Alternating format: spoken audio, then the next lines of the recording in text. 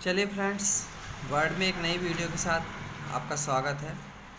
और हम आज वर्ड में कुछ शॉर्टकट कीज़ और कुछ ऑप्शन को देखेंगे जिससे अपने काम को इजी आप बना सकते हैं। तो चलिए स्टार्ट करते हैं। आपने वाटरमार्क यूज़ किया है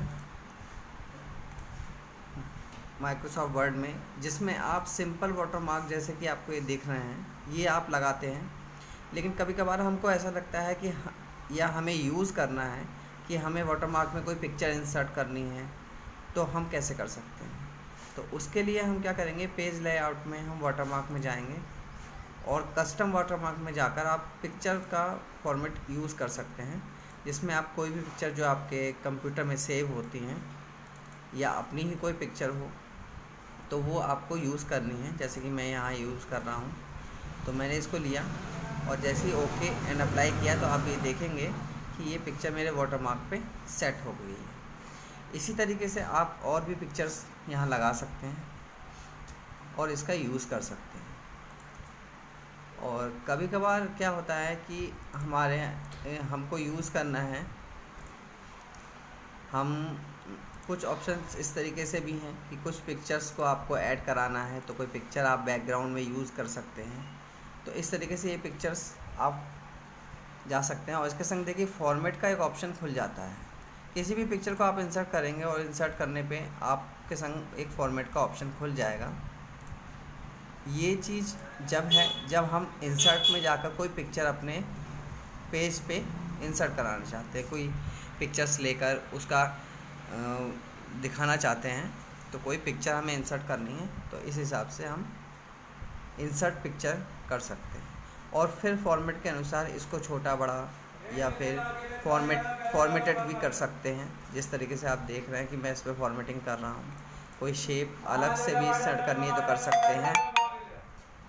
उसके बाद कोई इफ़ेक्ट डालना चाहते हैं आप शैडो का, तो वो 3D इफ़ेक्ट वगैरह ये सब इस तरीके से आप पिक्चर डाल सकते हैं। जैसे कि आप देख रहे होंगे कि जैसे मैंने इफ़ेक्ट डाला तो ये इफ़ेक्टेड हो गई है, इफ़ेक्ट हो गया है इसके ऊपर। ऐसे ही इसका कोई कलरिंग चेंज करना है आपको तो आप कलर चेंज कर सकते हैं, तो इस हिसाब से ये कलरिंग चेंज कर देगा बॉर्डर की।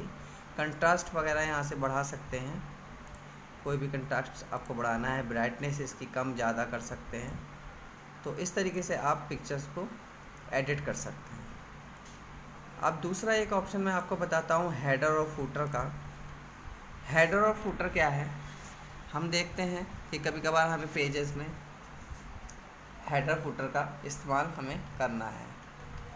तो हेडर और फूटर बेसिकली क्या होता है, मैं आपको पहले इसके बारे में बता देता हूँ। हेडर के बारे में जैसे आप देख भी रहे होंगे, इसमें क्या होता है कि जब कभी भी हमें अपने पैराग्राफ या कोई भी हम पेजेस बना रहे हैं और उसके हेड में यानी हेडर में यानी टॉप साइड में हम कोई भी हेडर डालना चाहते हैं, जैसे कि आप देखते होंगे कभी बुक्स में आपको पेजेस में कोई टाइटल लिखा हुआ मिलता है। इस तरीके से अगर आप डालना चाहते हैं तो ये टाइटल देखिए किस तरीके से टाइटल आ रहे हैं, ब्लैंक में भी है, 3 टाइप में भी है, या कोई टाइटल लाइन के साथ आप डालना चाहते हैं या फॉर्मेटिंग के हिसाब से डालना चाहते हैं तो आप वो टाइटल यहाँ ले सकते हैं। और इस तरीके से जैसे ही आप हेडर का यूज़ करेंगे, ये टाइटल आपके सामने जैसे भी फॉर्मेट में आपने लिया होगा वो आपके सामने आ जाएगा। और जिसको आप जैसे मान लीजिए आप कोई रिपोर्ट बना रहे हैं, जैसे मान लीजिए सेल की ही रिपोर्ट बना रहे हैं, तो आप इसको हेडिंग के रूप में भी लिख सकते हैं। जैसे कि आप सेल रिपोर्ट बना रहे हैं, दूसरा आपने डाल दिया कि ये सेल रिपोर्ट मैं 2013-14 की बना रहा हूँ और किसके द्वारा, किसी व्यक्ति को अगर आपको देनी है, किसी पर्सन को आप देना चाह रहे हैं तो उसका नाम यहाँ मेंशन कर सकते हैं। तो ये किसी भी तरीके से आप इसमें हेडिंग्स यूज़ कर सकते हैं, जो भी आपका हेडिंग्स यूज़ करना होगा। तो इस तरीके से आप ये हेडर के रूप में यूज़ कर सकते हैं। सेम फॉर्मेट में ऐसे ही फुटर होता है। जो हेडर के बारे में बता दूँ, header top of the pages होता है, जैसे कि आप देख रहे हैं पेज के टॉप पर इसका यूज़ होता है। ऐसे ही फुटर का use bottom of the page होता है, जैसे कि यहाँ पे है। यहाँ पे भी आप सेम जैसे कि हमने ऊपर डाला था या कुछ और भी आप डाल सकते हैं। यहाँ पर XYZ आपने कुछ और नंबरिंग या वो करनी है तो उसमें आप यहाँ पे लिख सकते हैं। जैसे कि मैंने अभी ऊपर ही लिखा था सेल्स रिपोर्ट। ऐसे ही दूसरे में आप लिख सकते हैं कि ये 13, 14, 23, 24 के लिए बनाया जा रहा है। और यहाँ पे आप ये भी डाल सकते हैं आप किसके द्वारा सबमिट किया जा रहा है इसको, तो यहाँ पे हम वो चीज़ का भी यूज़ कर सकते हैं। जैसे कि मैंने देखिए यहाँ पे करा है, तो ये मेरा फुटर हो गया। आप देखिए मैंने हेडर भी डाला हुआ है और फुटर भी मैं यूज़ किया हुआ है। तो दोनों तरीके से आप हेडर या फुटर का यूज़ अपने अनुसार कर सकते हैं। इसके साथ साथ एक पेज नंबर भी चलता है, जैसे कि यहाँ पेज नंबर चल रहा है। अब पेजेस नंबर आप जैसे आप देखते होंगे हर एक बुक में पेज नंबर भी पड़े होते हैं, तो वो आपको लेफ़्ट में चाहिए, राइट में चाहिए, मिडिल में चाहिए, जैसा भी आप इसका यूज़ करना चाहते हैं। तो ये किस तरीके से यहाँ पर यूज़ होगा एक बार देखते हैं। अगर आपको हेडर फुटर रिमूव करना है तो आप यहाँ से ऑप्शन से रिमूव कर सकते हैं।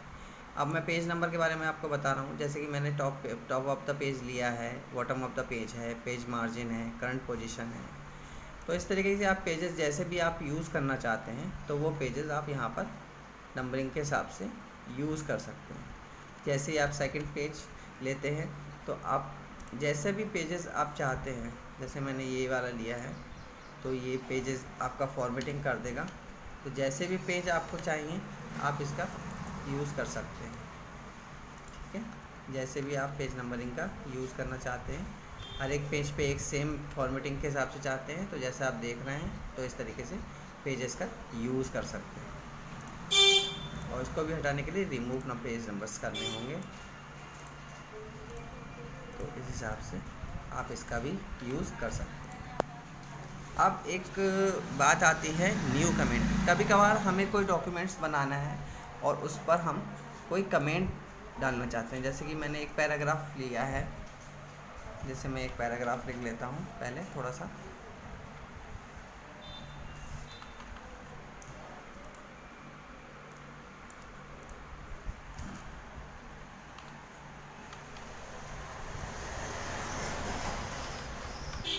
ये मैंने पैराग्राफ दिया है और इस पैराग्राफ को मैं यूज़ कर रहा हूँ।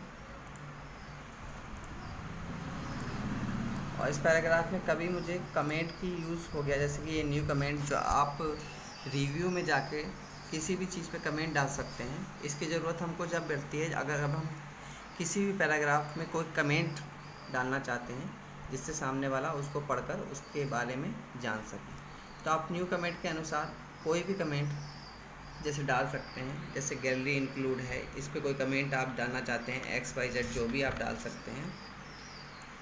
जैसे आप देख रहे हैं